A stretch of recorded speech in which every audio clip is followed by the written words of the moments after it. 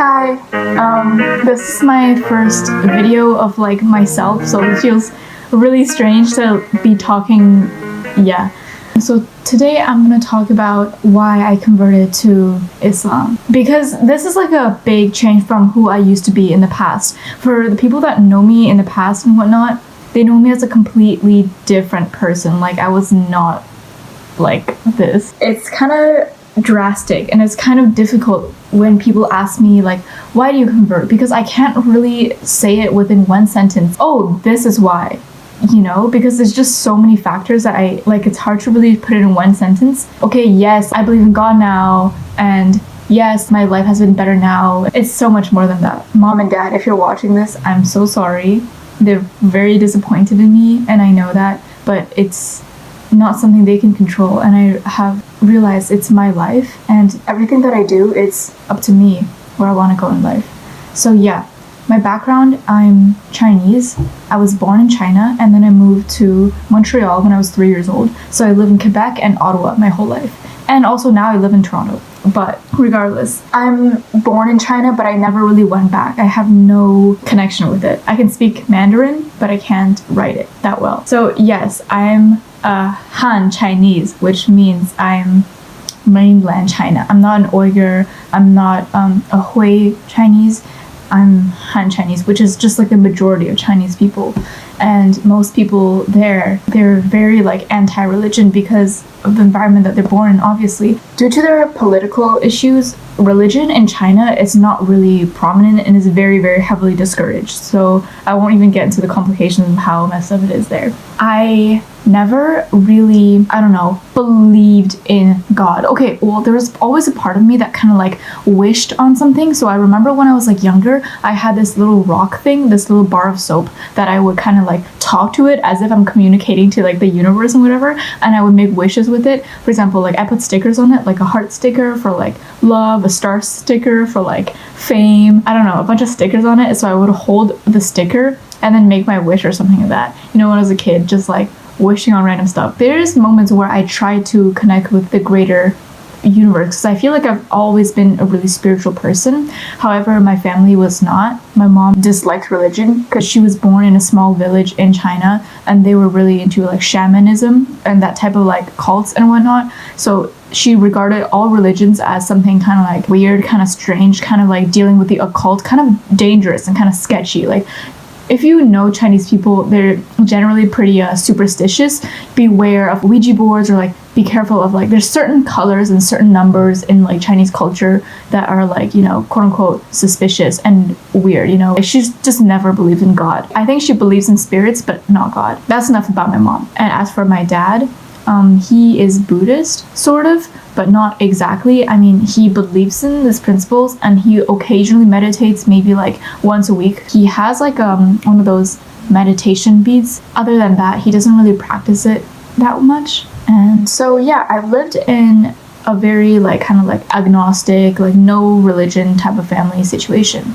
Living as a kid, moving around a lot, and living in Quebec and Montreal and Gatineau, it was not so fun. I was kind of like an outcast all my life in schools. I think it's due to racism now that I realize it now, because like there were just white kids everywhere and I was the only Chinese kid. So me being the outcast, this meant that I didn't want to fit in, but I also really did want to fit in. So I would kind of like coin myself as the weird kid. So I would always like do weird things, playing pranks on the teacher, or always like rebelling against the rules.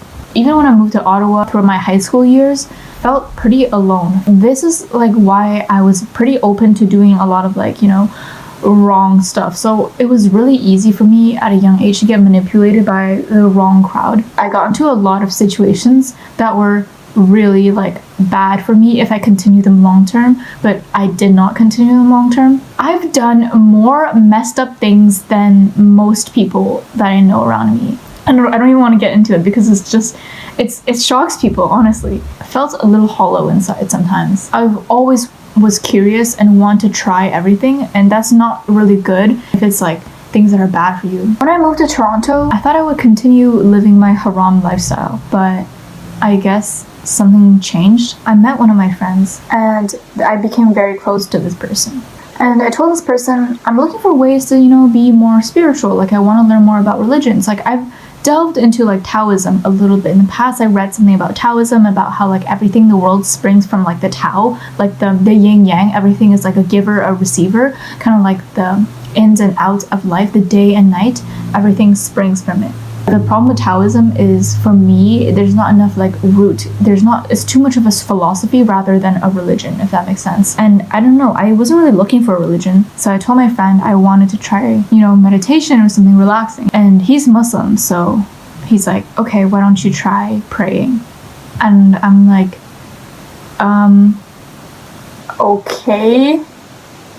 So I tried to. So I open up YouTube, and then I watch one of those like prayer videos, of like kind of like this instruction almost. It's just like this person, like praying, going down everything. And I open the video and I'm like, oh my God, did they just say,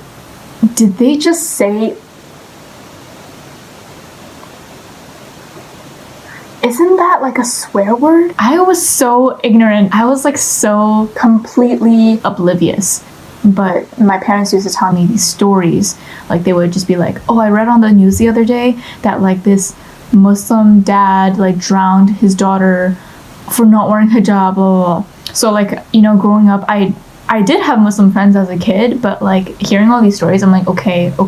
And they're like, don't ever become Muslim, don't ever marry Muslim. I'm like, of course I won't. Like, why would I? Like, no reason for me to become it. I joke about it now, but it was very, very, very difficult for me. It was not something easy. It was definitely not something that I could talk about with anybody. Like, even talking in front of like a camera right now makes me kind of anxious because I don't know what the world is going to say to this. But then I tried praying. And then while I was doing it, there was this type of like obstruction feeling of one side of me that's like, what are you doing? Another part of me was like, this is right. And so that kind of feeling was kind of like fighting each other at first. And by the time I finished praying, I felt like so much lighter, if that makes sense. I just feel so much like how I probably should be feeling. Like, my head is cleared. Feels good, but I'm going to do a little bit of research on it. And I wasn't really looking at the right places. I searched up online. First thing I want to search up is Islam homophobic? And well, the thing is, if you search things up online, you're gonna end up in those type of boomer forums where a lot of old people who think they know a bunch of stuff just start talking about, yes, this, no, it's that, and they just start arguing in the posts. I have certain standards that I believe are true to me. I believe that, same-sex marriage should be allowed, and I don't want to believe in something that condemns that. And it's not up to a human being to judge who is right and who's wrong. Everyone is born into a different set of family life, different ideals, different values, so nobody will interpret anything the same. Nobody will see two colors the same. Nobody has the same opinion, so therefore, why would anyone have like a right answer to this kind of question? It is up to me to find out for myself. It is up to me to communicate with God, for me to communicate with Allah to see what is right. I converted a few months ago, last March, during quarantine, Quran time. I get it. It was not without many difficulties. So I prayed. I started pressuring myself because I kept thinking to myself, I'm not Arab. I know that's a really dumb thought. Obviously, there's a lot of Muslims in the world that are not Arab. But I also thought, like, I don't have like the cultural aspects that some people have. I don't have the connections. I never celebrated Eid. I never celebrated these kind of things. And when I told my friends I wanted to become Muslim, some of them kind of like joked around with me. They said, you're not Muslim, like, stop joking. And I'm like, no, I'm serious. And they're like, yeah, right. And I'm like, no, I'm serious. Like, and they kind of didn't believe me. And eventually I kind of got to a point where I thought, okay, enough playing around. You're basically pretending. This voice in my head was telling me, you're basically pretending. You're just pretending this. This is just a phase. Converting was the hardest decision of my life because I know my family would hate it. And I was right, they hated it. They were so terrified. They thought I got brainwashed, they call me this, they call me that, they call me every dirty name. It's hard for them to accept because they're from a different generation. One side of my head said, if you become Muslim, there's no way you're going back. You're in it for life. As another part of me realized, I've kind of been a believer my entire life. I've kind of always noticed love and been driven by emotions and been driven by friendship, courage. In a way, converting to Islam does not feel like I'm changing from who I am into someone else. It is more so changing from someone I'm not to someone that I am. There's this quote that says, in life, we have to unlearn what we've been taught to remember what we've always known. But there was moments of skepticism. While looking out my apartment window that I lived in at the time, I was asking for God for a sign. I was looking out and I just thought, come on, okay, listen, just make some car drive by and that's gonna be my sign. That's gonna be my sign. Or make something happen outside. And this is during quarantine, so like nobody's outside at night. And so I look out the window among the cities and the skyscrapers. So I waited. I can be patient. There was no sign. There was no sign because the sign has been with me all this time. Does that make sense? This feeling, this overwhelming feeling washed over me as I sat there on my bed looking out of my apartment window. I don't need a sign. My life has been a sign. I just haven't been counting them as signs. All these things we're going through in my life, all these good things, all these blessings, and I have not even counted any of them as signs.